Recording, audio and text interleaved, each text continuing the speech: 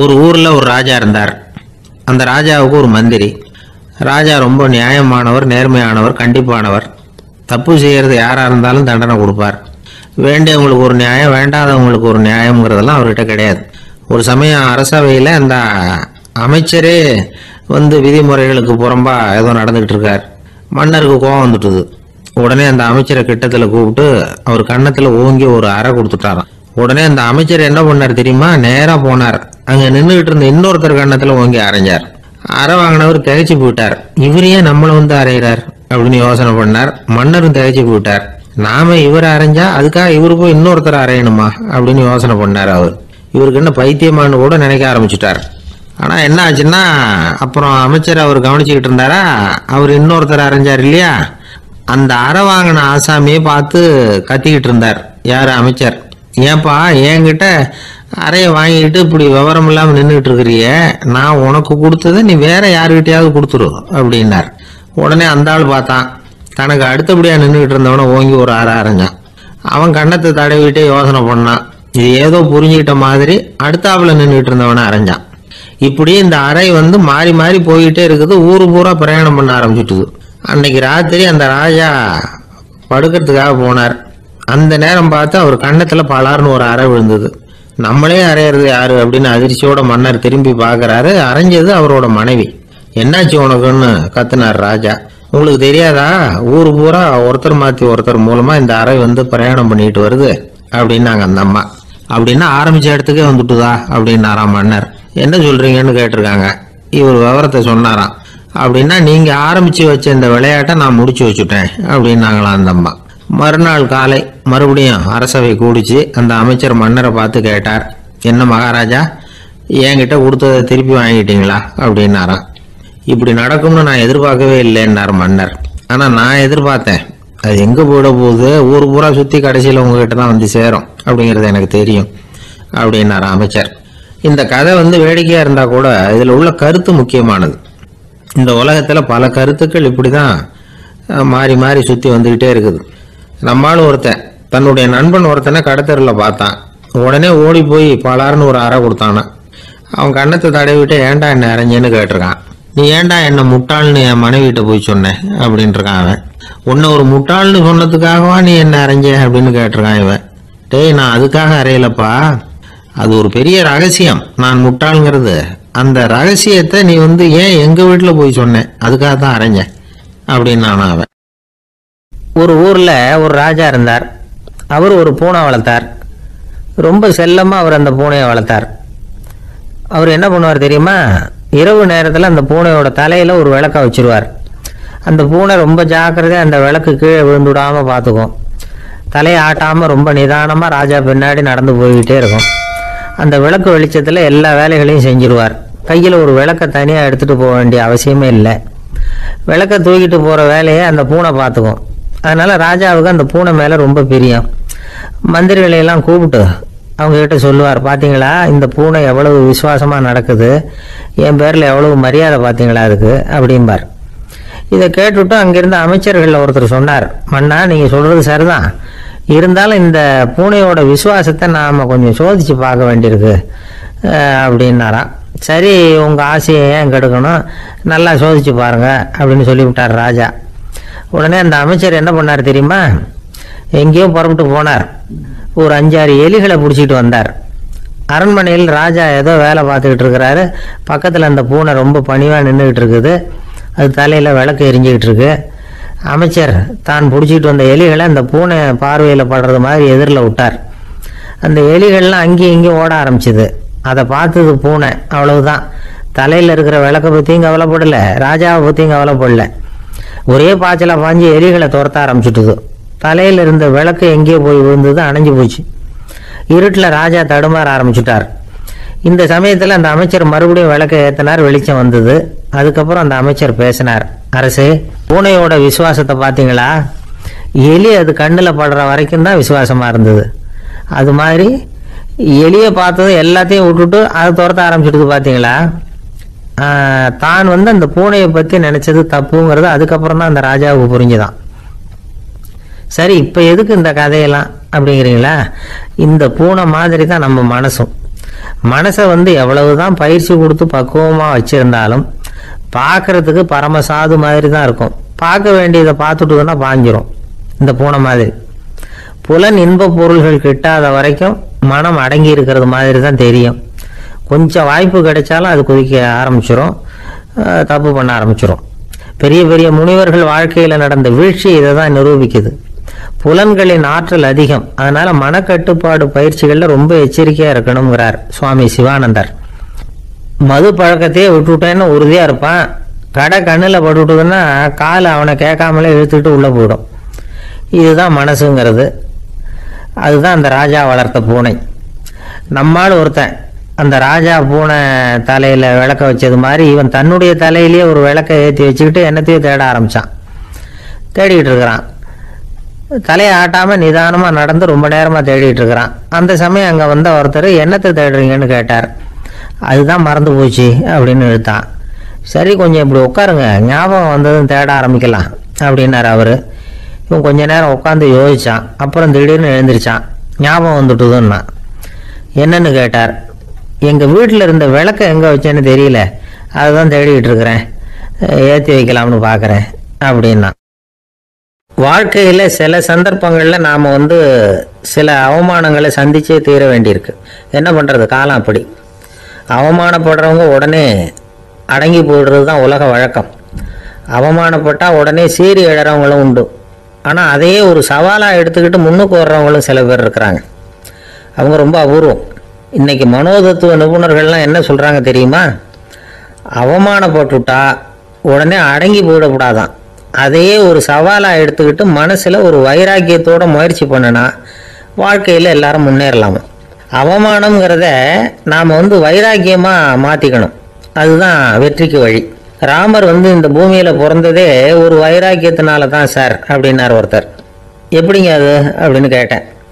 அவர் சொன்னார், தசரதருக்கு ராமர் குழந்தையா பிறக்கணும், அப்போ தான் இங்கே இருக்கிற கஷ்டங்கள்லாம் நீங்கும் அப்படின்னு சர்வ லோகமும் எதிர்பார்த்துக்கிட்டு இருக்குது. ஆனால் அவர் எப்போ பிறப்பார் அப்படின்னு யாருக்கும் தெரியல. அந்த காரியம் சீக்கிரம் நடக்கணுமே, அதுக்கு என்ன பண்ணுறது? நாரதர் வந்தார் ஒரு நாள் தசரதரை தேடி. தசரதா, உனக்கு ஒரு செய்தி தெரியுமான்னு ஆரம்பித்தார். அவர் எப்பவும் இப்படித்தானே ஆரம்பிக்கிறது வழக்கம். என்ன விஷயம்னு கேட்டார் தசரதர். தசரதா, நீ அடிக்கடி உன்னோட தேரில் ஏறிக்கிட்டு தேவலோகத்துக்கு போகிற, அங்கே போகிற வர்ற எல்லாம் பண்ணிகிட்ருக்க, எல்லாம் சரி. தேவலோகத்துலேயும் உன்னை நல்லபடியாக தான் வரவேற்கிறாங்க. தேவேந்திரன் உன்னை பிரியமாக அழைச்சிட்டு போய் தன்னுடைய அரியாசனத்திலேயே தனக்கு பக்கத்திலேயே உட்கார வைக்கிறான். நீயும் சந்தோஷமாக உட்காந்து பேசிவிட்டு வந்துடுற. ஆனால் நீ இங்கே வந்ததுக்கு அப்புறம் அங்கே என்ன நடக்குது தெரியுமா உனக்கு அப்படின்னாரான் நாரதர். என்ன நடக்குது எனக்கு ஒன்றும் தெரியலையே அப்படின்னாரான் தசரதர். நாரதர்கிட்ட கிட்டத்தில் கேட்டிருக்கார், கொஞ்சம் சொல்லுங்கள் என்னது அப்படின்னு. அவர் நெருங்கி வந்தாராம். நாரதரும் மெதுவாக அவர் காதோட காதாக சொன்னாராம். அதாவது நம்ம பாஷையில் சொல்லப்போனால் பற்ற வைக்கிறார்.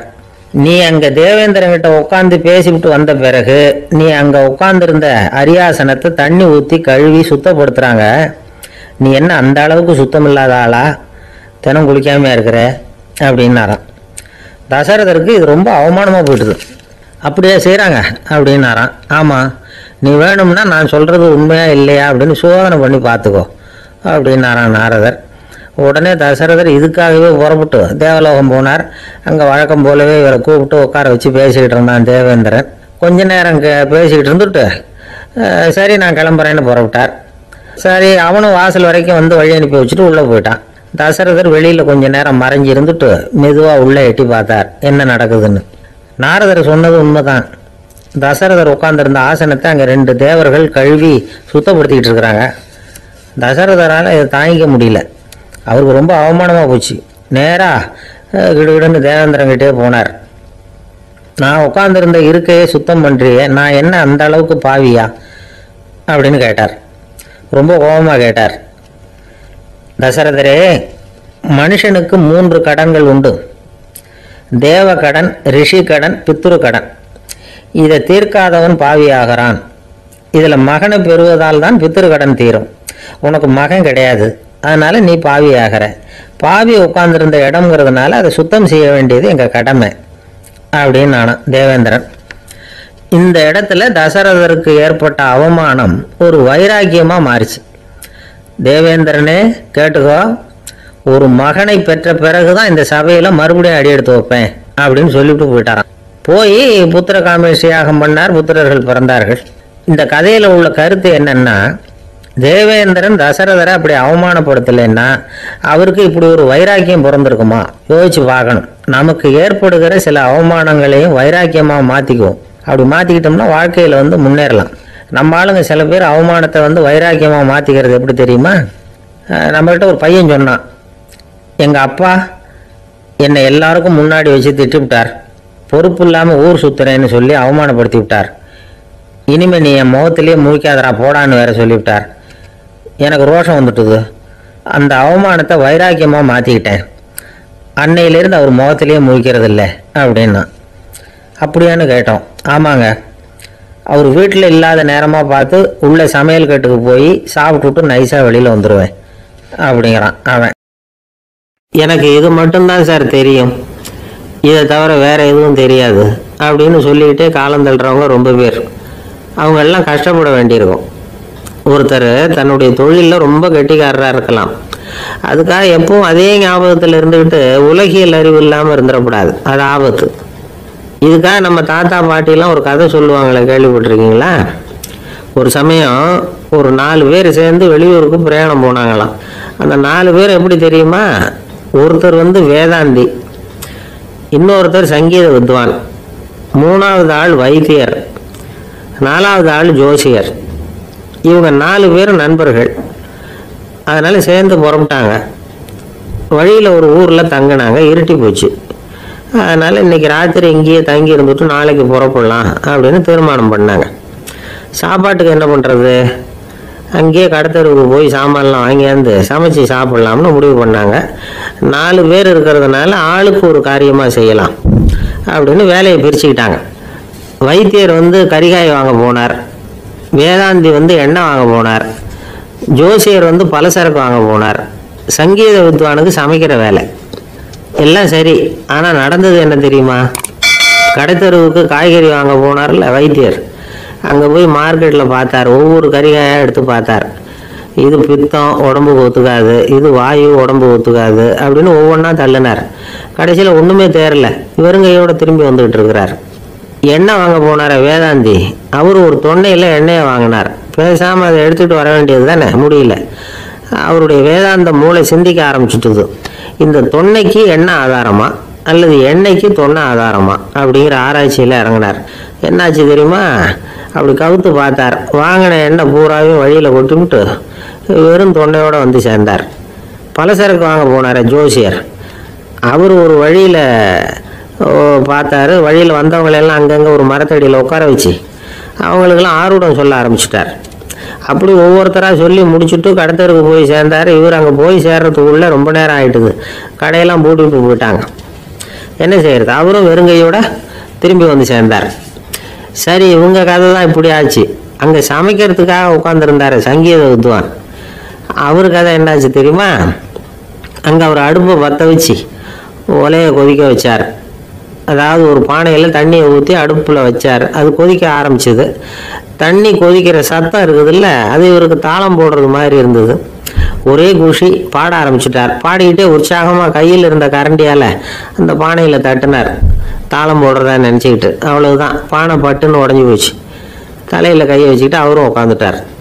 எந்த தொழில் தெரிஞ்சாலும் சரி, அதை புத்திசாலித்தனமாக பயன்படுத்த தெரியலன்னா ஆபத்து தான். அதுக்காக தான் இந்த கதை. ஒரு பஸ்ஸு டிரைவர் ரொம்ப கெட்டிக்காரர், பஸ்ஸை ரொம்ப திறமையாக ஆபத்து இல்லாமல் ஓட்டுனதுக்காக பரிசுலாம் வாங்கினவர். அவரை ஒரு படகு ஓட்டுறதுக்காக அழைச்சிட்டு போயிருக்கிறாங்க, மோட்டார் படகு. அதையும் ரொம்ப திறமையாக தான் ஓட்டிகிட்டு போயிருக்கிறாரு. நடுக்கடலில் போனதும் படகு நின்று போச்சு, மோட்டாரில் ஏதோ கோளாறு. என்ன செய்யலாம் அப்படின்னு அந்த டிரைவரை கேட்டிருக்கிறாங்க படகுல இருந்தவங்கெல்லாம். அப்போ அவர் சொன்னாராம், கவலைப்படாதீங்க, ஒன்றும் பிரச்சனை இல்லை, எல்லாரும் கொஞ்சம் கீழே இறங்கி பின்னாடி தள்ளுங்க, மோட்டார் ஸ்டார்ட் ஆகிடும் அப்படின்னாராம். ஒரு ஊரில் ஒரு ராஜா இருந்தார். அவர் ஒரு நாள் காலையில் அரண்மனையில் மேல் மாடத்தில் நின்றுக்கிட்டு இருந்தார். அப்போ ஒரு ஆள் வீதியில் ரொம்ப வேகமாக ஓடிக்கிட்டு இருக்கான். அதை ராஜா கவனிச்சார். அவன் மனசில் ஏதோ ஒரு தவிப்பு இருக்குங்கிறத புரிஞ்சுக்கிட்டார். உடனே அரண்மனை சேவகர்களை கூப்பிட்டார். அந்த ஆளை இங்கே அழைச்சிட்டு வாங்க அப்படின்னார். இவங்க ஓடி போய் அந்த ஆளை அழைச்சிட்டு வந்தாங்க. மன்னர் முன்னாடி நிறுத்தினாங்க. மன்னர் அவனை நிமிர்ந்து பார்த்தார். எதுக்காக இவ்வளவு வேகமா ஓடிக்கிட்டு இருக்கிற அப்படின்னு கேட்டார். இதுக்கு அவன் சொன்னா, மன்னா, நம்ம கோட்டையின் வடக்கு வாசல் இருக்கு இல்லையா, அது ஓரமா ஒரு பெரிய பாறாங்கல் கிடக்கு. அதுக்கு அடியில நான் ஒரே ஒரு வெள்ளி நாணயத்தை புதைச்சி வச்சிருக்கேன். அது இப்போ எனக்கு தேவைப்படுது. என்னுடைய மனைவிக்கு ஒரு பரிசு வாங்கி கொடுக்க வேண்டியிருக்கு. அதுக்காக தான் அவசரமா ஓடிட்டு இருக்கிறேன் அப்படின்னா. மன்னர் யோசனை பண்ணார். அப்புறம் சொன்னார், அதுக்காகவா இப்படி ஓடுற? பரவாயில்ல, அதை பத்தி கவலைப்படாத. நான் உனக்கு 10 வெள்ளி காசுகள் தர்றேன், வாங்கிட்டு திரும்பி போ அப்படின்னார். இவன் தலையை சொரிஞ்சான். மன்னா, நீங்க கொடுக்கறத ரொம்பவும் மகிழ்ச்சியோட வாங்கிக்கிறேன். இருந்தாலும் அதுக்கப்புறம் அந்த வடக்கு வாசலுக்கு போய் அங்க இருக்கிற ஒரு நாணயத்தையும் எடுத்துக்கிட்டு போயிடுறேனே அப்படின்னானா. இதை வரப்பா, அந்த ஒரு நாணயத்தை மறந்துடு, உனக்கு 100 வெள்ளி நாணயங்கள் தரேன் இருக்கார். மன்னா, ரொம்ப மகிழ்ச்சி. உங்க மாதிரி தாராள குணம் வேற யாருக்கும் வராது. நீங்க கொடுக்குற 100 நாணயங்களையும் வாங்கிக்கிறேன்.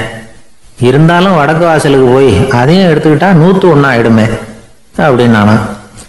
இதை பாருப்பா, அந்த ஒரு நாணயத்தை மறந்துடு, அது எக்கேடாவது கெட்டு போகட்டும். நான் உனக்கு 100 பொற்காசுகள் தரேன், அதையாவது வாங்கிட்டு வந்த வழியிலேயே திரும்பி போடுன்னாராம். தங்க நாணயங்களே தரேன்னு சொல்றீங்க, தாராளமா வாங்கிக்கிறேன். இருந்தாலும் வடக்கு வாசலுக்கு போய் அப்படின்னு மறுபடியும் ஆரம்பிச்சான். அரசர் பொறுமை இழந்துட்டார். கடைசியா ஒரு முடிவுக்கு வந்துட்டார். இதை பாருப்பா, உனக்கு என்னுடைய ராஜ்யத்திலேயே பாதியை கொடுத்துட்றேன், அப்படியாவது திருப்தியா திரும்பி போ அப்படின்னாராம். மன்னா, உங்களுடைய பெருந்தன்மைக்கு ஈடு இணையே கிடையாது. தேசத்திலேயே பாதி பிரிச்சு கொடுக்குறேன்னு சொல்றீங்க, அதனால உங்ககிட்ட ஒரு சின்ன வேண்டுகோள் அப்படின்னானா. சொல்லுன்னாராம் மன்னர் ஆர்வமா. இவன் மெதுவா ஆரம்பிச்சான். அப்படி இந்த ராஜ்யத்தை 2ஆ பிரிக்கிறப்போ அந்த வடக்கு வாசல் இருக்கிற பக்கத்தை என்கிட்டயே கொடுத்துருங்கோ அப்படின்னானா. மன்னர் அசந்து போயிட்டார். இந்த கதை எதுக்காகன்னு கேட்டா, மனம்ங்கிறது ஒரு குரங்குங்கிறத புரிஞ்சுக்கிறதுக்காகத்தான். உன்னை பிடிச்சுக்கிட்டா லேசில விடாது. அப்படிப்பட்ட மனசை அறிவு தான் வழி நடத்தணும். அதுலதான் வாழ்க்கையின் வெற்றி அடங்கி இருக்குது. ஒரு சின்ன பையன் தெருவில் அழுதுகிட்டு இருந்தான். ஏன்பா அழுவுறேன்னு ஒரு பெரியவர் கேட்டார். 1 ரூபா காசை இங்க தொலைச்சுட்டேன் அப்படின்னா. சரி, அதுக்காக அழாத, அதுக்கு பதிலாக 10 ரூபா தரேன், இந்தா வச்சுக்கோன்னு கொடுத்தாரு. அந்த 10 ரூபாய வாங்கி சட்டப்பையில போட்டுக்கிட்டு அதை விட அதிகமா சத்தம் போட்டு அழ ஆரம்பிச்சுட்டான். மறுபடியும் ஏன்டா அழறேன்னு கேட்டார் பெரியவர். அந்த 1 ரூபாயும் கிடைச்சிட்டுதுன்னா இப்ப என்கிட்ட 11 ரூபா இருக்குமே, இப்போ 10 ரூபா தானே இருக்கு அப்படின்னு சொல்லிவிட்டு அழறான். வெளிநாட்டுக்கு போகணும்னு ஆசை. ஆனா அவனுக்கு எந்த மொழியும் தெரியாது. இருந்தாலும் சமாளிச்சுக்கலாம்னு முடிவு பண்ணிட்டு கிளம்பிட்டான். ஏதோ ஒரு தேசத்துக்கு போய் சேர்ந்தான். அங்க அவனுக்கு யாரையும் தெரியாது.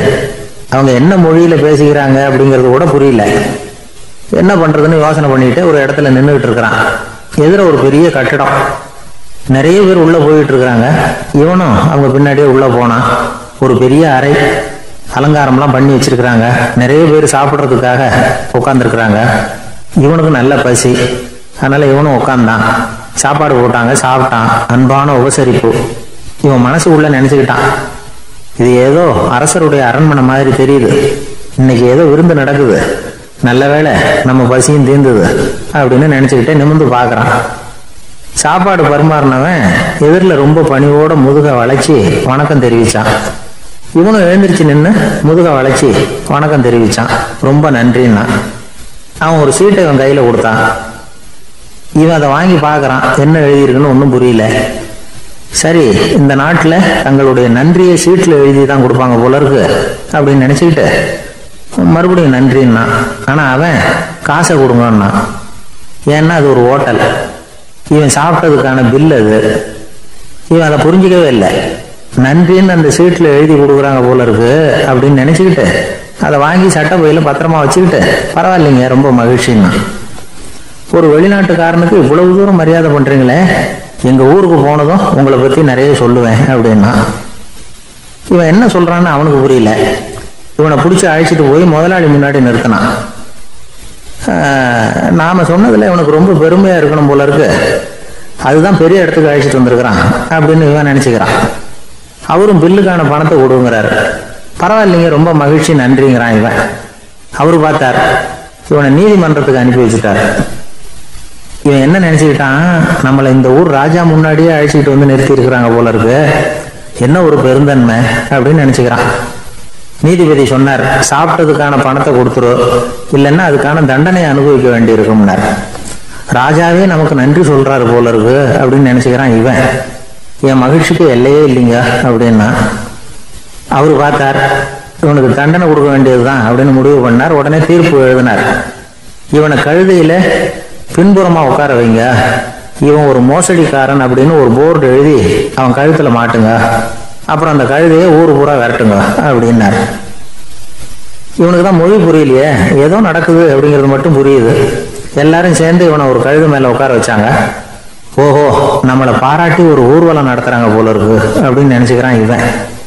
எல்லாரும் சத்தம் போட்டுக்கிட்டு கையை தட்டிக்கிட்டு கழுத பின்னாடி ஓடி வர்றாங்க. இவனுக்கு ரொம்ப உற்சாகமா இருக்குது. எல்லாருக்கும் கை கூப்பி வணக்கம் சொல்லிக்கிட்டே போறான். கூட்டத்துல திடீர்னு ஒரு தெரிஞ்ச முகம் தெரியுது. அவனுடைய தேசத்தை சேர்ந்த ஒரு ஆள். அவனை பார்த்ததும் இவனுக்கு ரொம்ப உற்சாகம். நம்ம ஊருக்கு போனதும் இங்க நமக்கு கிடைச்ச மரியாதையெல்லாம் உண்மைதான்னு சொல்றதுக்கு ஒரு சாட்சியும் கிடைச்சிட்டுது அப்படின்னு நினைச்சுக்கிறான். அவனை பார்த்து கத்தனான், நல்லா பாத்துக்க, இந்த ஊர் மக்கள் எனக்கு எப்படிப்பட்ட வரவேற்பு கொடுக்குறாங்கிறத நல்லா கவனிச்சுக்கோ அப்படிங்கிறான். அவனுக்கு அவமானமா போட்டுது. தலையை குனிஞ்சுக்கிட்டே நழுவி போயிட்டான். இவன் பார்த்தான், அவன் தலை தெரியல. ஆகா, அவனுக்கு நம்ம மேல பொறாம போல இருக்கு, அதனாலதான் காணாம போயிட்டான் அப்படின்னு நினைச்சுக்கிறான். இப்படி ஒரு வேடிக்கை கதையை பெரியவங்க சொல்றது உண்டு. கதை வேடிக்கையா இருந்தாலும் இதுல உள்ள கருத்து என்ன தெரியுமா? அந்த கழுத மேல உட்கார்ந்து இருக்கிறானே, அது மாதிரிதான் நாமளும் அகங்காரம்ங்கிற கழுத மேல உட்கார்ந்துட்டு இருக்கோமா. நாமளும் கிட்டத்தட்ட அதே மாதிரி பிரம்மையில தான் இருக்கிறோமா. என்ன நடக்குதுங்கிறதே புரியறது இல்லை. அகங்காரத்துல பேசுறவனுக்கும் சித்த சுவாதீனம் இல்லாம பேசுறவனுக்கும் அதிக வித்தியாசம் இருக்கிறது இல்லை. அது மாதிரி ஒருத்தன் தன்னுடைய வீட்டை சுத்தி சேற்ற வாரி அரைச்சிக்கிட்டு இருந்தானா. அந்த வழியா வந்த ஒரு பெரியவர் அதை பார்த்திருக்கார். என்னப்பா பண்ணிட்டு இருக்கிற அப்படின்னு கேட்டாராம். கழுதைகளை விரட்டிக்கிட்டு இருக்கிறேன் அப்படின்னானா. இங்க கழுதைகளையே காணுமே அப்படின்னாராம் அவரு. அதுதான் ஏற்கனவே விரட்டி விட்டனே அப்படின்னானா இவன். சங்கீத வித்வான்கள்ல பல வகை உண்டு. சில குறிப்பிட்ட ராகங்களை பாடுறதுல அவங்களுக்கு பெருமை வர்றது உண்டு. ஆனா ஒருத்தர் இருந்தார், அவரால் ஒரு ராகத்துக்கே பெருமை வந்தது. அந்த ராகத்தை அவர் வாசிச்சு கேட்கணும் அப்படின்னு சொல்லுவாங்க. அது என்ன ராகம்னா தோடி ராகம்.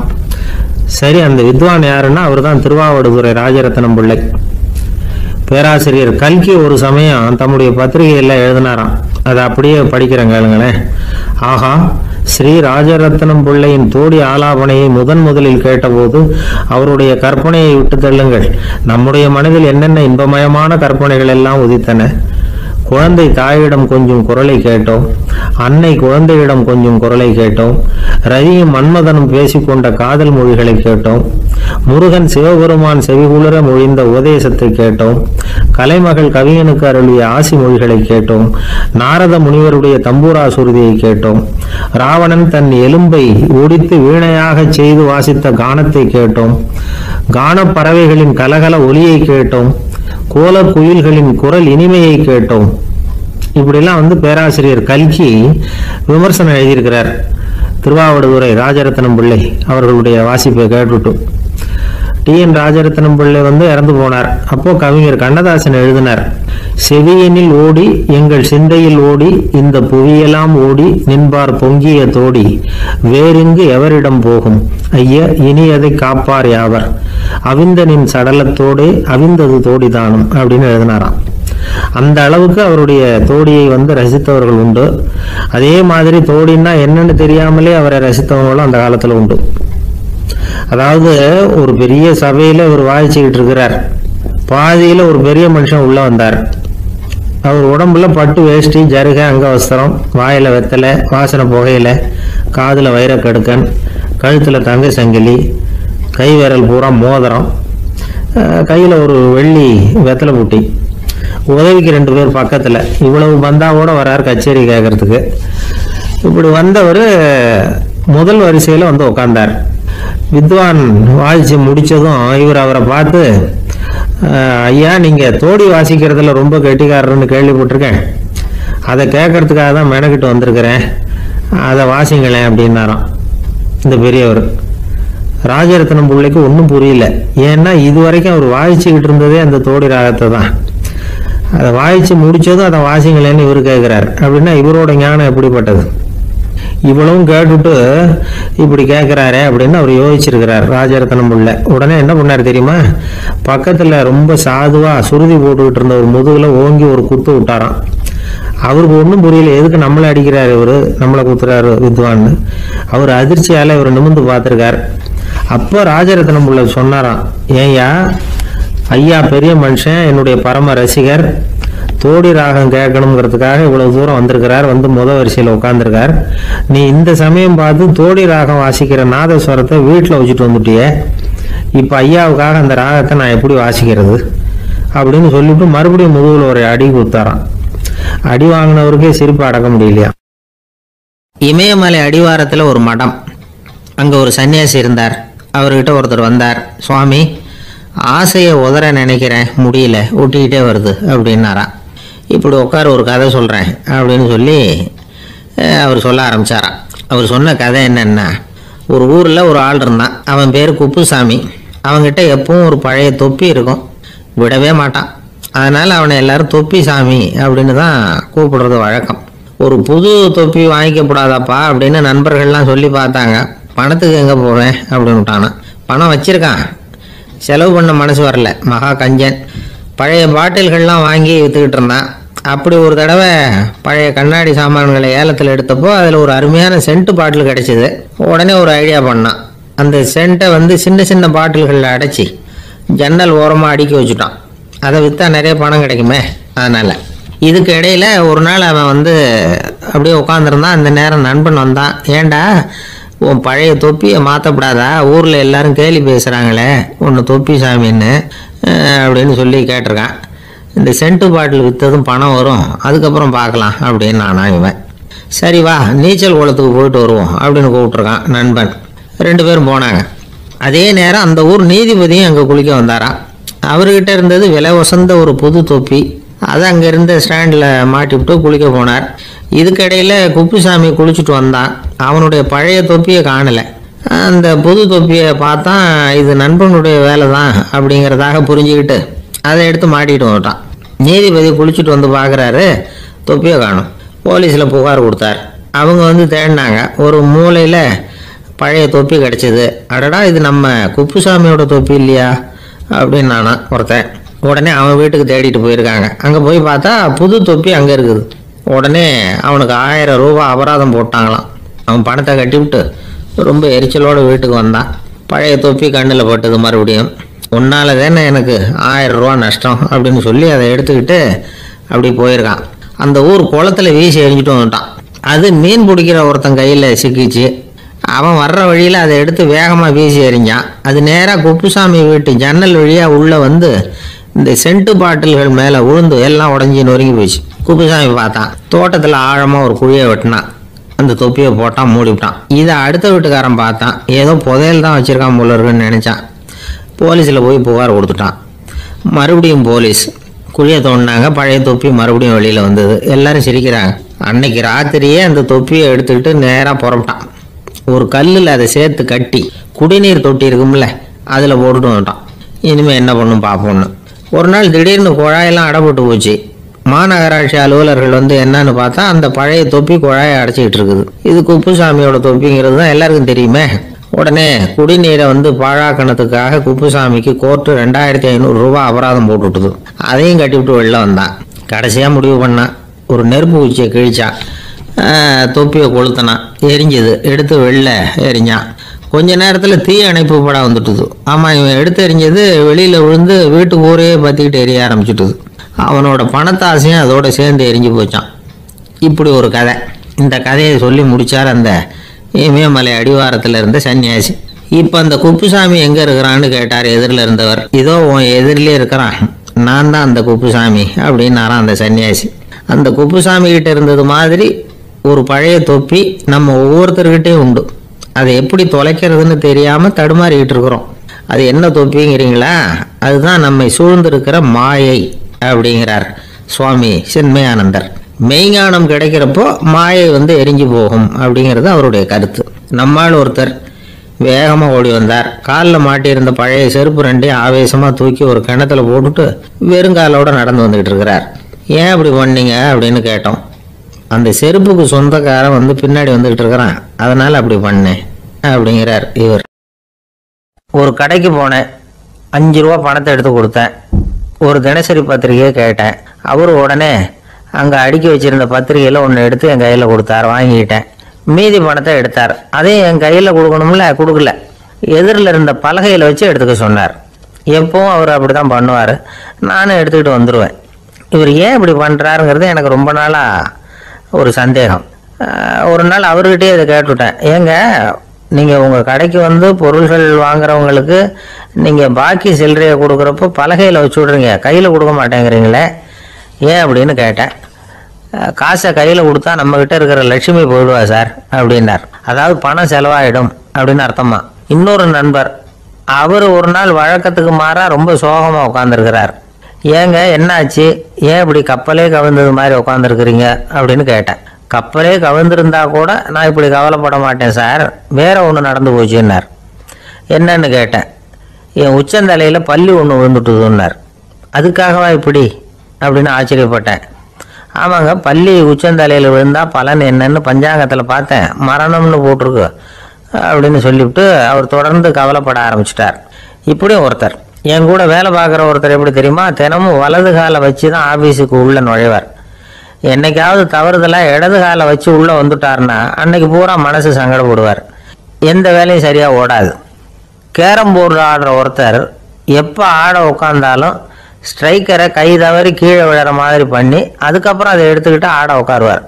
ஏன்னா எப்போவும் ஒரு தடவை நிஜமாகவே அது வந்து கை தவறி கீழே விழுந்துருக்குது. அன்னைக்கு பிரமாதமாக ஜெயிச்சுட்டார். உடனே ஒரு முடிவுக்கு வந்துட்டார், கை தவறுனா லாபம் அப்படின்னு. அதுக்கப்புறம் அதையே பழக்கமாக்கிக்கிட்டார். பூனை குறுக்க போனால் சகனம் சரியில்லைன்னு நினைக்கிறவங்க உண்டு. ஆனால் ஒருத்தர் எப்படி தெரியுமா, அவர் வெளியில் கிளம்புற சமயம் பக்கத்து வீட்டு ரேடியோவில் மியாவ் மியாவ் பூனை குட்டின்னு பாட்டு சத்தம் கேட்டால் கூட போதும், சகனம் சரியில்லைன்னு பிரயாணத்தை கேன்சல் பண்ணிவிடுவார். இப்போ இவ்வளவு எதுக்கு சொல்கிறோம்னா, அளவுக்கு மீறின சகுன நம்பிக்கைகள் இருக்கு பாருங்க, இதோட பயமும் சேர்ந்துக்கிட்டதுன்னு வச்சுக்கோங்க, இது ஒருத்தருடைய மனநிலையை பாதிச்சிடும். இது வந்து உளவியல் நிபுணர்கள் சொல்கிற கருத்து. வாழ்க்கையே தடுமாற வச்சிரும். பாதுகாப்பு இல்லாத உணர்வு, ஒரு விதமான டிப்ரெஷன் மனநிலை, இதெல்லாம் தான் இதுக்கு காரணமாக அமையலாம்.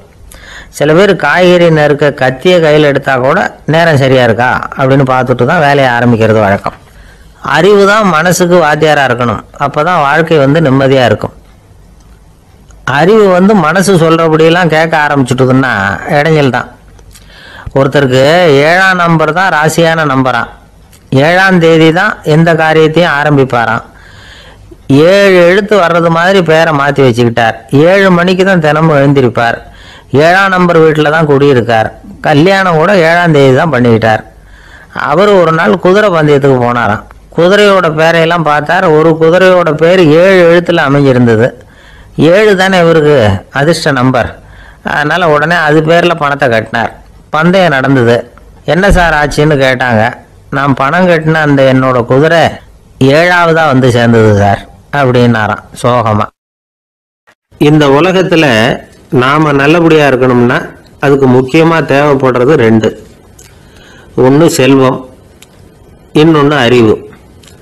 சரி, இது 2ல் சிறந்தது எது அப்படின்னு ஒரு கேள்வி கேட்டால் என்ன பதில் சொல்கிறது? இதே கேள்வியை ஹஸ்ரத் அலி அவர்கள்கிட்ட கேட்டாங்களாம். அவர் ஒரு பெரிய அறிஞர். கேள்வி கேட்டவங்களும் சாதாரண ஆட்கள் இல்லை, இவங்களும் அறிஞர்கள். ஒரு நாள் ஹஸ்ரத் அலி அவர்கள்கிட்ட 10 அறிஞர்கள் வந்தாங்களாம். ஐயா, நாங்கள் 10 பேரும் உங்ககிட்ட ஒரே கேள்வியை தான் கேட்க வந்திருக்கிறோம், ஆனால் எங்கள் 10 பேருக்கும் நீங்கள் தனித்தனியாக பதில் சொல்ல முடியுமா அப்படின்னு கேட்டிருக்காங்க. அதாவது அவங்க ஒரே கேள்விக்கு இவர்கிட்ட இருந்து 10 விதமான பதில் எதிர்பார்க்குறாங்க. சரி கேளுங்க, என்ன கேள்வி அப்படின்னார் அவர். அப்போதான் அவங்க கேட்டாங்களாம், செல்வம் அறிவு இது 2ல் சிறந்தது எது? இதுதான் கேள்வி. ஹஸ்ரத் அலி என்ன பண்ணார் தெரியுமா? அவங்கள ஒவ்வொருத்தராக கூப்பிட்டார். ஒவ்வொரு விதமான பதிலை சொல்லி அனுப்புனார்.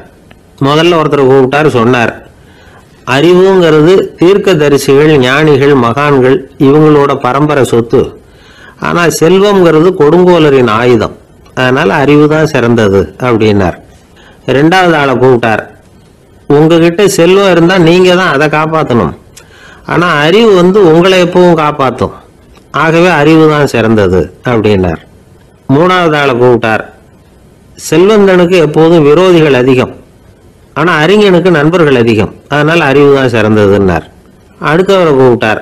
செல்வம் அடுத்தவங்களுக்கு கொடுக்க கொடுக்க குறையும், ஆனால் கல்விங்கிறது அதிகரிச்சுக்கிட்டே வரும், கொடுக்கறதுனால குறையாது, அதனால் அறிவு தான் சிறந்ததுன்னார். இன்னொருத்தரை கூப்பிட்டார். அறிவு உள்ளவன் எப்பவும் அதை அடுத்தவங்களுக்கு வாரி வழங்கிக்கிட்டே இருப்பான், அதனால் அவங்ககிட்ட தாராளத்தன்மை இருக்கும், ஆனால் செல்வந்தன்கிட்ட கஞ்சத்தனம் தான் இருக்கும், அதனால் அறிவு தான் சிறந்ததுன்னார். ஆறாவது நபரை கூப்பிட்டார். செல்வத்தை கள்வர்கள் திருடிட்டு போக முடியும், ஆனால் அறிவை அப்படி திருடிட்டு போக முடியாது அப்படின்னார்.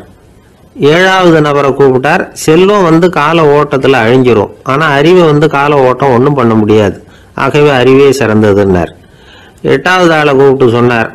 செல்வத்துக்கு எப்பவும் எல்லை உண்டு, நிறைவு உண்டு, அளவு உண்டு, கணக்கு உண்டு, ஆனால் அறிவுக்கு அப்படிப்பட்ட எல்லை எதுவும் கிடையாது, அதனால் அதுதான் சிறந்ததுன்னார். அடுத்தவனை கூப்பிட்டார். செல்வம் உள்ளத்தில் உள்ள ஒளியை போக்கிவிடும், இருட்டை உண்டாக்கிவிடும், விரிந்த மனப்பான்மையை குறுகலாக்கிவிடும், ஆனால் அறிவு அப்படி இல்லை, இருண்ட உள்ளத்தில் ஒளியை பாய்ச்சி அதை விசாலப்படுத்துது, அதுதான் சிறந்ததுன்னார். கடைசியாக 10வது நபரை கூப்பிட்டார். செல்வம் மனசில் செருக்கை உண்டாக்குது, ஆணவத்தை ஏற்படுத்துது, அதனால் நானே கடவுள்னு நினைக்கிற அளவுக்கு மனுஷனை தாழ்த்தி விடுது, ஆனால் அறிவு பணிவையும் பண்பாட்டையும் வளர்க்குது, அதனால் அறிவு தான் சிறந்ததுன்னார். ஆக இப்படி 10 பேருக்கும் 10 விதமாக பதில் சொன்னது மூலமாக ஹஸ்ரத் அலி அவர்கள் அறிவு தான் செல்வத்தை விட சிறந்தது அப்படிங்கிறதுக்கு 10 காரணங்களை சுட்டி காட்டியிருக்கார். அந்த அறிஞர் 10 பேர் கேட்ட ஒரே கேள்விக்கு 10 பதில் சொன்னார். நமக்கு வேண்டிய ஒருத்தர் 10 பேர் கேட்ட கேள்விக்கு ஒரே பதில் சொல்லி சமாளித்தார். கேள்வி என்ன தெரியுமா? என்கிட்ட வாங்கின கடனை எப்பயா திருப்பி கொடுக்க போற? இதுதான் அந்த 10 பேரும் கேட்ட ஒரே கேள்வி. இந்த மாதம் 26ஆம் தேதி தந்துடுறேன் அப்படிங்கிற ஒரே பதில் சொல்லி அவ்வளவு பேரையும் இவர் அனுப்பி வச்சுட்டாராம். எல்லாரும் போனதுக்கு அப்புறம் இவரை தனியாக கூப்பிட்டு கேட்டிருக்கிறாங்க. அது என்ன சார் கணக்கு, 26ஆம் தேதி அன்னைக்கு என்ன அதிசயம் நடக்க போகுது அப்படின்னு கேட்டிருக்காங்க. அதிசயம் அன்னைக்கு இல்லை, அதுக்கு முத நாளே நடக்க போகுதுன்னாராம். விவரமாக சொல்லுங்கன்னு இருக்காங்க. வேற ஒன்றும் இல்லைங்க, 26ஆம் தேதி தானே எல்லாரையும் வர சொல்லியிருக்கிறேன், அதுக்கு முத நாளே நான் புறப்பட்டு தலைமறைவாயிட போகிறேன் அப்படின்னாராம். ரொம்ப பெருமையாக. ஒரு இலக்கிய கூட்டம் ஏற்பாடு பண்ணியிருக்கிறோம், நீங்கள் அவசியம் அதில் பேசணும் அப்படின்னு கேட்டுக்கிட்டார் ஒருத்தர். வேணாங்க, 4 பேருக்கு முன்னாடி நிற்கிறதுனா எனக்கு ரொம்ப கூச்சமாக இருக்கும் அப்படின்னாரு இவர். ஏன் சார் இன்னமும் குழந்தை மாதிரி கூச்சப்படுறீங்களே அப்படின்னார் அவர். அவர் ஒரு மாதிரியாக சமாளித்து அனுப்பி வச்சுட்டு அதுக்கப்புறம் அதை பற்றி இவர் யோசிச்சு பார்த்துருக்கார். சில நிபுணர்கள் எழுதியிருக்கிறத படிச்சும் பார்த்துருக்கிறார். மனோதத்துவ நிபுணர்கள் என்ன சொல்கிறாங்க தெரியுமா? 10லேருந்து 20% குழந்தைகள் பிறக்கிறப்பவே கூச்ச சுபாவம் கொண்டதாக தான் இருக்குதான். ஒரு தாத்தா தன்னோட பேர பிள்ளைய ஆசையாக கூப்பிடுறார் விளையாட்டு காட்ட, அதை அழுதுகிட்டு ஓடி போகுது. ஒரு அம்மா தன்னோட பிள்ளைய பள்ளிக்கூடத்தில் சேர்க்கறதுக்காக கூப்பிட்டுக்கிட்டு போகிறாங்க. அந்த புள்ள அம்மாவோட முந்தானையில் ஒளிஞ்சிக்கிட்டு வெளில வரமாட்டேங்குது. இவங்களெல்லாம் எப்படி சமாளிக்கிறது? குழந்தைகளோட கூச்ச சுபாவத்தை போக்குறது எப்படி? இதுக்கு நிபுணர்கள் சில யோசனைகளை சொல்லியிருக்கிறாங்க. மற்றவங்களுக்கு முன்னாடி என் பையனுக்கு கூச்சம் ரொம்ப அதிகம் சார், மற்றவங்க பார்த்தா ரொம்ப வெக்கப்படுறான், இப்படி சொல்கிற அப்பாக்கள் உண்டு. என் பையன் புது மனுஷால பார்த்தா அட்டையாக ஒட்டிக்குவான் சார் அப்படின்னு சொல்கிற அப்பாக்களும் உண்டு. இப்படிலாம் குழந்தைகளுக்கு முத்திரை குத்துறது ரொம்ப தப்பான். புதுசாக யாராவது வீட்டுக்கு வந்தால் குழந்தை தானாக தன்னோட கூச்சத்தையும் பயத்தையும் போக்கிக்கிட்டு சகஜமாக மாறி வர்றதுக்கு வாய்ப்பு கொடுக்கணுமா. ஒரு கூட்டத்துக்கோ அல்லது சொந்தக்காரங்க கல்யாணத்துக்கோ குழந்தைய அழைச்சிட்டு போகிறீங்க, அங்கே போய் கட்டாயப்படுத்தி குழந்தைய மற்றவங்க கிட்ட பேச சொல்லக்கூடாது. சில சமயம் குழந்தை தானாக தன்னுடைய கூச்ச சுபாவத்தை விட்டு பேசுறதுக்கு முன் வந்தால் அதை பாராட்டணும். குழந்தை கலகலப்பு இல்லாமல் மௌனமாக இருந்ததுன்னா அதையும் கண்டுக்கக்கூடாது. குழந்தை பேச ஆரம்பித்தா அதை ஆர்வத்தோடு கவனிக்க தெரியணும். கலந்து உரையாடுற பழக்கத்தை வீட்லேயே ஆரம்பிக்கலாம்.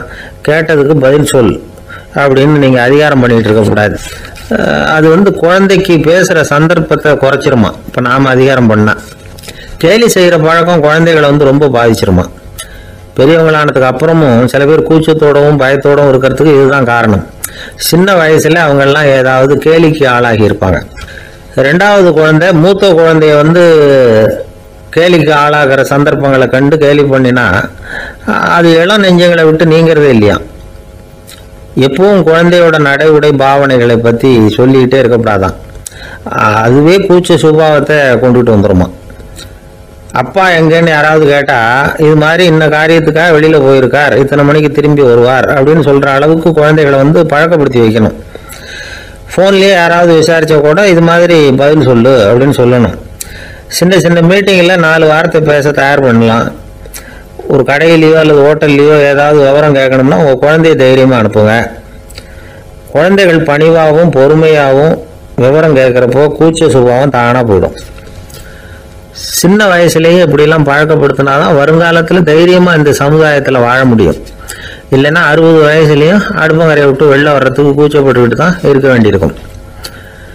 இந்த காலத்து பிள்ளைங்க எவ்வளவோ பரவாயில்ல, எதுக்கும் தயங்குறதில்ல, கூச்சப்படுறதில்ல. ஒரு அம்மா அடுப்பங்கரையிலேருந்து சத்தம் போட்டாங்க, டேய் ராமு, தயவு பண்ணி அந்த டிவியை நிறுத்துறா, அந்த பெண்ணோட குரல் மகா மோசம், அடுப்பங்கரையில் இருக்கிற என்னாலேயே அதை சகிச்சிக்க முடியல அப்படின்னாங்களாம். உடனே பையன் கொஞ்சம் கூட தயங்காமல் பதில் சொல்கிறான், அம்மா இந்த குரல் டிவியிலேருந்து வரல, எழுத்த விட்டு மாமி தான் இங்கே வந்திருக்கிறாங்க, அவங்க தான் இப்போ என்னோட பேசிக்கிட்டு இருக்கிறாங்க அப்படின்னு. வங்க நாவலாசிரியர் சரத் சந்திரர் ஒரு நண்பர் அவர்கிட்ட வந்தார். வழக்கமாக எல்லா எழுத்தாளர்கள்கிட்டையும் கேட்குற ஒரு கேள்வியை கேட்டார். நீங்கள் எழுத்துத்துறைக்கு வந்தது எப்படி? இதுதான் கேள்வி. அதை தெரிஞ்சு என்ன பிரயோஜனம்னார் சரத் சந்திரர். சும்மா சொல்லுங்களேன், தெரிஞ்சுக்கிறேன் அப்படின்னார் வந்தவர். சரி சொல்கிறேன்னு ஆரம்பித்தார். நான் ரங்கூனில் வேலை பார்த்துக்கிட்டு இருந்தேன். சம்பளம் பத்தல, வேலையும் பார்த்துக்கிட்டு ஒரு பலசரக்கு கடை வைக்கலாம்னு நினச்சேன். என்னால் மளிகை கடை வச்சு சரியாக நடத்த முடியுமாங்கிற சந்தேகம் என் மனைவிக்கு. அதை சோதனை பண்ணி பார்க்கணுங்கிறதுக்காக சில பொருள்களின் அளவு, அதோட விலை, இப்படி சிலதை சொல்லி எல்லாத்தையும் மனக்கணக்காக கூட்டி போட சொன்னாங்க. என்னால் சரியாக கூட்டி சொல்ல முடியல. உங்களால் மளிகை கடை நடத்த முடியாதுன்னு சொல்லிவிட்டாங்க. உடனே என்ன பண்ணுறது, வேறு வழி இல்லை, கதை எழுத ஆரம்பிச்சிட்டேன் அப்படின்னார். கேட்டவருக்கு சிரிப்பு வந்துட்டு தான். சரத் சந்திரர் ஒரு பக்கம் சீரியஸான நாவல்கள், சிறுகதைகள் எழுதியிருந்தாலும் அவருடைய இன்னொரு பக்கம் வேற விதம். நண்பர்கள்கிட்ட பேசும்பொழுதும் சரி, அவர்களுக்கு கடிதங்கள் எழுதும்போதும் சரி, கேலியும் கிண்டலும் நகைச்சுவை உணர்வும் அதிகமாக இருக்கும். காந்திஜி ஒரு சமயம் கல்கத்தாவுக்கு வந்திருந்தார். தேசபக்தர்கள் பல பேர் அவர்கிட்ட பேசிக்கிட்டு இருந்தாங்க. அப்போது சரத் சந்திரரும் அங்கே இருந்தார். கிரண் சங்கர் ராய் அப்படிங்கிறவரும் அங்கே இருந்தார். அவர் சொன்னாராம், காந்திஜியோட பழகிய முதல் வங்காளி நான் தான். போயர் யுத்த காலத்தில் இவர் லண்டனுக்கு வந்திருந்தப்போ என்கிட்ட தான் வங்காள மொழி கற்றுக்கிட்டார் அப்படின்னாராம். உடனே சரத் சந்திரர் காந்திஜியை பார்த்து, இவர் உங்களுக்கு வங்காள மொழி கற்றுக் கொடுத்தது உண்மைதானா அப்படின்னாராம். ஆமான்னாராம் காந்தி. அதனால தான் உங்களால் வங்காள மொழி கற்றுக்க முடியல அப்படின்னாராம். எல்லாரும் சிரிச்சாங்களாம். சரத் சந்திரர் சாம்தாபேர் அப்படிங்கிற கிராமத்தில் தங்கியிருந்தார் ஒரு இலக்கிய நிகழ்ச்சியில் கலந்துக்கிறதுக்காக. அதுக்காக ஒரு கல்கத்தாவுக்கு போக வேண்டிய சூழ்நிலை. அதுக்காக புறப்பட்டார். அந்த சமயத்தில் பின்னாடி இருந்து யாரோ அவரை கூப்பிட்டாங்க. இப்படி கூப்பிட்டவரை பார்த்து இன்னொருத்தர் யாரோ அதட்டி இருக்கிறாங்க. போகிறவரை ஏன் இப்படி கூப்பிடுறீங்க அப்படின்னு. ஏன் கூப்பிட்டா என்னன்னு கேட்டிருக்கார் சரத் சந்திரர். புறப்படுறவங்கள பின்னாடி இருந்து கூப்பிடுறது அபசகுனம், போகிற இடத்துல ஏதாவது ஆபத்து வரலாம் அப்படின்னு அதுக்கு விளக்கம் கொடுத்துருக்கிறார் அவர்.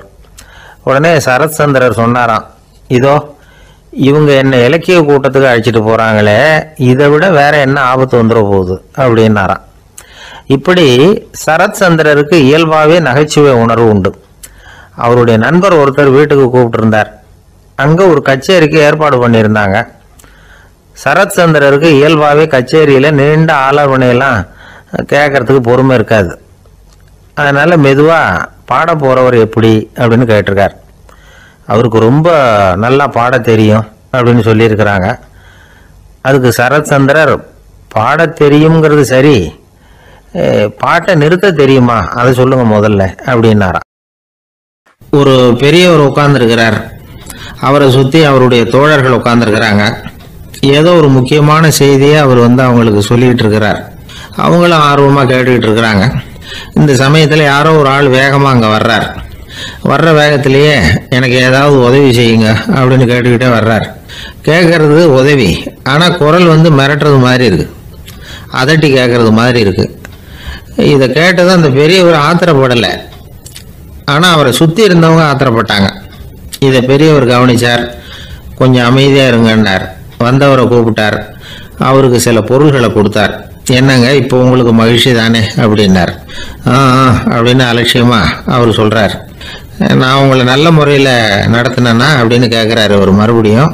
அதெல்லாம் ஒன்றும் இல்லை அப்படின்னு சொல்லி அவர் சொல்லிகிட்டு இருக்கிறாரு. குரலில் வந்து கடுமை குறையில. சுற்றி இருந்தவங்களால இதை பொறுத்துக்க முடியல. கோபத்தோடு அவரை நோக்கி நெருங்க ஆரம்பித்தாங்க. பெரியவர் அவங்களை எல்லாம் தடுத்து நிறுத்தினார். வந்தவரை வாங்க என்னோட அப்படின்னு சொல்லி அழைச்சிட்டு போனார். வீட்டுக்கு போனார். அங்கே போனதும் இன்னும் சில பொருள்களை எடுத்து அவர்கிட்ட கொடுத்தார். இப்போ திருப்தி தானே, நான் உங்ககிட்ட நல்ல முறையில் நடந்துக்கிட்டேனா அப்படின்னார். அவர் முகம் இப்போ தான் கொஞ்சம் மலர்ந்தது. ரொம்ப நன்றி, இறைவன் வந்து உங்கள் குடும்பத்துக்கு எல்லா நன்மைகளையும் செய்வான் அப்படின்னு சொன்னார். இதே வார்த்தைகளை என்னுடைய தோழர்கள்கிட்டே வந்து சொல்லிட்டீங்கன்னா அவங்க கோபம் தணிஞ்சிரும், வர முடியுமான்னார். கண்டிப்பாக வர்றேன் அப்படின்னாரு. மறுநாள் காலையில் அந்த இடத்துக்கு வந்தார். அதே மாதிரி சொல்லிவிட்டு அவர் போயிட்டார். தோழர்கள்லாம் ரொம்ப வியப்போடு பெரியவரை பார்த்தாங்க. அந்த பெரியவர் தான் நபிகள் நாயகம். அவர் சொன்னார், ஒருத்தன் ரொம்ப ஆசையாக ஒரு ஒட்டகத்தை வளர்த்துக்கிட்டு வந்தான். ஒரு நாள் அந்த ஒட்டகம் வந்து கயத்தை அறுத்துக்கிட்டு ஓடி போயிட்டுது. அக்கம் பக்கத்தில் இருக்கிறவங்கெல்லாம் அந்த ஒட்டகத்தை பிடிக்கிறதுக்கு முயற்சி பண்ணாங்க. அதை துரத்திக்கிட்டு ஓடினாங்க. ஒட்டகம் வந்து தாறுமாறாக ஓட ஆரம்பிச்சுது. இந்த சமயத்தில் ஒட்டகத்தை வளர்த்தவன் அங்கே ஓடி வந்தான். நீங்கள் அதை ஒன்றும் செய்ய வேணாம், விட்டுருங்க, அதோட சுபாவம் எனக்கு நல்லா தெரியும், அதை சுலபமாக என்னோட வழிக்கு கொண்டுட்டு வந்துட முடியும், நான் பார்த்துக்கிறேன், விட்டுருங்க அப்படின்னா. எல்லாரும் விலைக்கு போயிட்டாங்க. இவன் என்ன செஞ்சான்னு தெரியுமா? கொஞ்சம் புல்லை கையில் எடுத்துக்கிட்டு அந்த ஒட்டகத்தை நெருங்கினா, அவ்வளவுதான். அது ஓடி வந்து இவன் காலடியில் உட்காந்துக்கிட்டது. செல்லமாக அதை அப்படியே தடவி கொடுத்தான். முதுகில் ஏறி உட்காந்துக்கிட்டான். அது பாட்டுக்கு சாதுவாக நடந்து போகுது. இந்த கதையை நபிகள் நாயகம் தம்முடைய தோழர்களுக்கு சொல்றார். ஒட்டகத்தை மட்டும் இல்லை, சில மனிதர்களையும் கூட சில விதத்தில் அணுகிதான் அவர்களை வந்து சீர்திருத்த வேண்டியிருக்குது அப்படிங்கிறத அவங்களுக்கு உணர்த்தினார். இது ஒரு அழகான உளவியல் அணுகுமுறை. சில குடும்ப தலைவர்கள் கூட இந்த ஒட்டகம் மாதிரி நடந்துக்கிறது உண்டு, அப்புறம் அடங்கி போகிறதும் உண்டு. ஒரு குடும்ப தலைவர் காலையில் எழுந்திரிச்சதுலேருந்து சத்தம் போட்டு கத்திக்கிட்டு இருப்பார். பக்கத்தில் இருந்தவங்கெல்லாம் ஓடி போய் சமாதானம் பண்ணி பார்த்தாங்க. அவர் ஓயறது மாதிரி தெரியல. கடைசியில் அவர் மனைவி வந்தாங்க. நீங்கள் எல்லாம் விலைக்கு போயிடுங்க, அவர் சுபாவம் எனக்கு தெரியும், நான் பார்த்துக்கிறேன் அப்படின்னாங்க. சரின்னு எல்லாரும் போயிட்டாங்க. சாயந்தரமாக வந்து பார்க்குறாங்க, அவர் சத்தம் இல்லாமல் ஒரு மூலையில் உட்காந்துருக்கிறார், ரொம்ப சாதுவா. ஆச்சரியமாக இருந்தது. என்னம்மா பண்ணீங்கன்னு கேட்டாங்க. அது ஒன்றும் இல்லைங்க, ஒரு வேளை சாப்பாட்டை நிறுத்தினேன், பட்னி போட்டேன், அவ்வளவுதான் அப்படின்னாங்க அந்த அம்மா. அமெரிக்க ஜனாதிபதி ஆப்ரஹாம் லிங்கன் ஒரு நாள் தன்னோட கோச்சு வண்டியில் தலைநகரான வாஷிங்டனுக்கு போயிட்டு இருக்கிறார். கோச்சு வண்டி ஒரு சாலையில் போயிட்டு இருக்கு. அந்த சாலைக்கு ஒரு பக்கத்தில் பயங்கரமான சதுப்பு நிலம். சதுப்பு நிலம்னா அது புதைகுழி, புதை மணல்ங்கிறோம்ல, அது மாதிரி. அந்த சதுப்பு நிலத்தில் யாராவது மாட்டிக்கிட்டா அவ்வளோதான், ஆளை கொஞ்சம் கொஞ்சமாக உள்ள அமுக்கி விடும், தப்பிச்சு கரையிறது கஷ்டம். அப்படிப்பட்ட நிலம் அது. ஆப்ரஹாம் லிங்கன் ஏதோ ஒரு முக்கியமான அரசாங்க வேலையாக போயிட்டு திரும்பி வந்துக்கிட்டு இருக்கிறார். அதனால் அந்த சமயத்தில் அவர் விலை வசந்த ஆடைகளை அணிஞ்சிருக்கிறார். அப்படி அவர் அந்த கோச்சு வண்டியில் வந்துக்கிட்டு இருக்கிறாரு. அந்த சமயத்தில் ஒரு காட்சி அவர் கண்ணில் போட்டுட்டுது. என்ன தெரியுமா?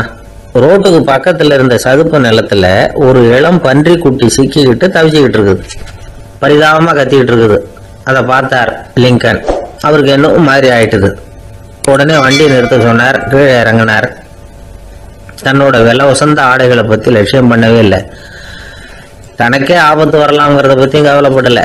தான் ஒரு குடியரசுத் தலைவருங்கிறத பற்றியும் அவர் நினச்சி பார்க்கல. நேராக அந்த சதுப்பு நிலம் பக்கமாக போனார். அந்த சேத்துல இறங்கி பன்றிக்குட்டியை காப்பாற்றி கரைக்கு கொண்டுட்டு வந்து சேர்த்துட்டார். அதுக்கப்புறம் நிம்மதியாக கோச்சு வண்டியில் ஏறி வெள்ள மாளிகைக்கு வந்து சேர்ந்தார். ட்ரெஸ்ஸு, உடம்பு பூரா சேறு சகதி. பார்க்குறவங்களுக்கெல்லாம் ஆச்சரியமாக போச்சு. அவங்களுக்கு ஒன்றும் புரியல.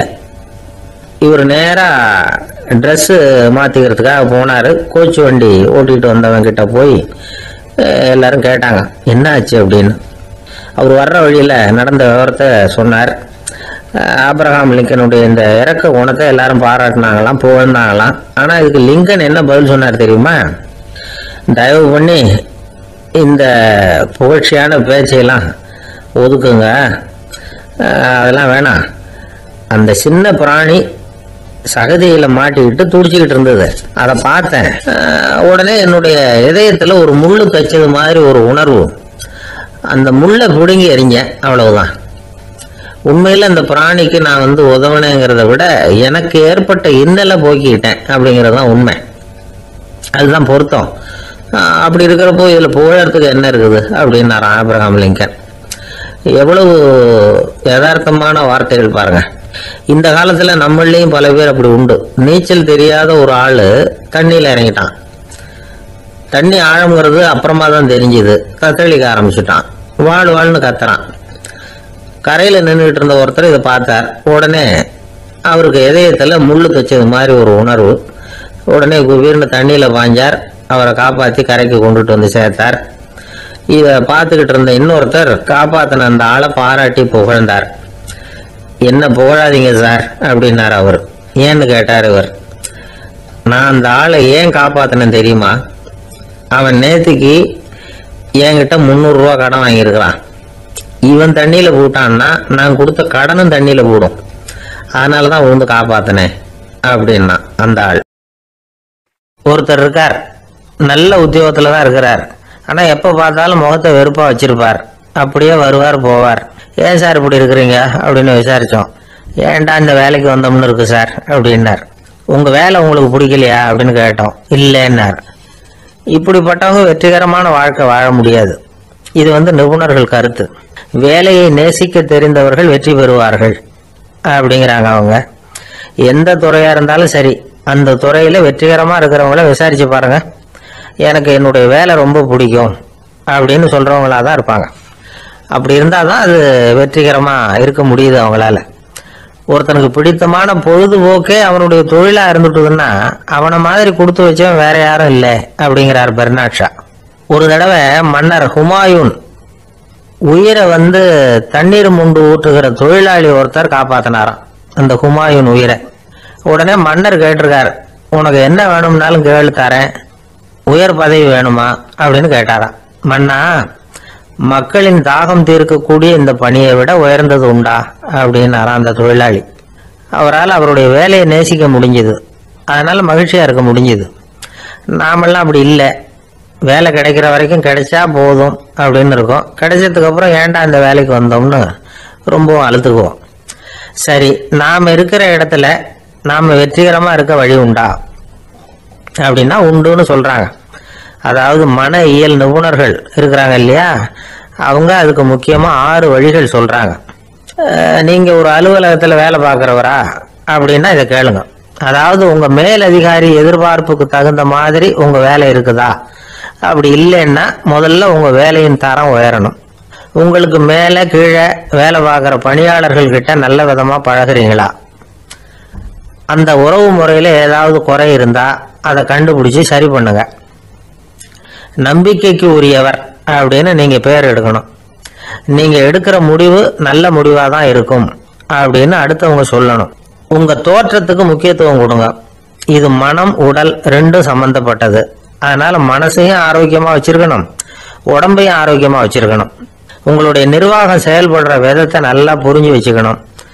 உங்களுடைய நிர்வாகம் இப்போ ஒரு காரியம் செய்யுதுன்னு வச்சுங்க, ஏன் அப்படி செய்யுது, எதுக்காக அப்படி செய்யுது, அதனுடைய குறிக்கோள் என்ன, அது நீடிக்கிறதுக்கு காரணம் என்ன, இதெல்லாம் தெரிஞ்சுக்கணும்.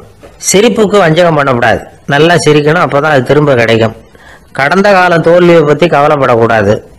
முதலாளி விருப்பம் தெரிஞ்சு நடந்துக்கிறது நல்லது தான். அதுக்காக காக்கா பிடிக்கணுங்கிற அவசியம் இல்லை. உங்களுக்கு ஒரு பொறுப்பான வேலை கிடைக்குது, உடனே சத்தம் குழப்பம் அப்படின்னு சூழ்நிலையை இறுக்கமாக ஆக்கிடக்கூடாது. எந்த சூழலையும் இயல்பாக கையாளக்கூடியவர் அப்படிங்கிறத காட்டணும். இதெல்லாம் உங்கள் துறையில் நீங்கள் வெற்றி பெற நிபுணர்கள் சொல்கிற யோசனைகள். இவ்வளவு விவரமும் சொல்லிவிட்டு ஒருத்தரை பார்த்து கேட்டோம், இப்போ சொல்லுங்க, நீங்கள் செய்கிற வேலை உங்களுக்கு பிடிச்சிருக்குதா அப்படின்னா. ரொம்ப ரொம்ப பிடிச்சிருக்குது அப்படின்னார். சரி, என்ன செஞ்சிட்டு இருக்கிறீங்க அப்படின்னு கேட்டோம். சும்மா தான் இருக்கிறேன் அப்படின்னார் அவர்.